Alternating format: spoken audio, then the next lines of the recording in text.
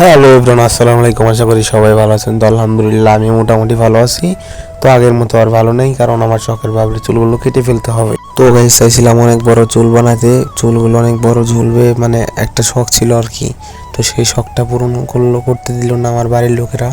সেই জন্য চুল ছোট করতে যাচ্ছি। আমি চলে যাব বসন্তপুর গিয়ে চুলগুলো কেটে সুন্দর করে চলে আসবো।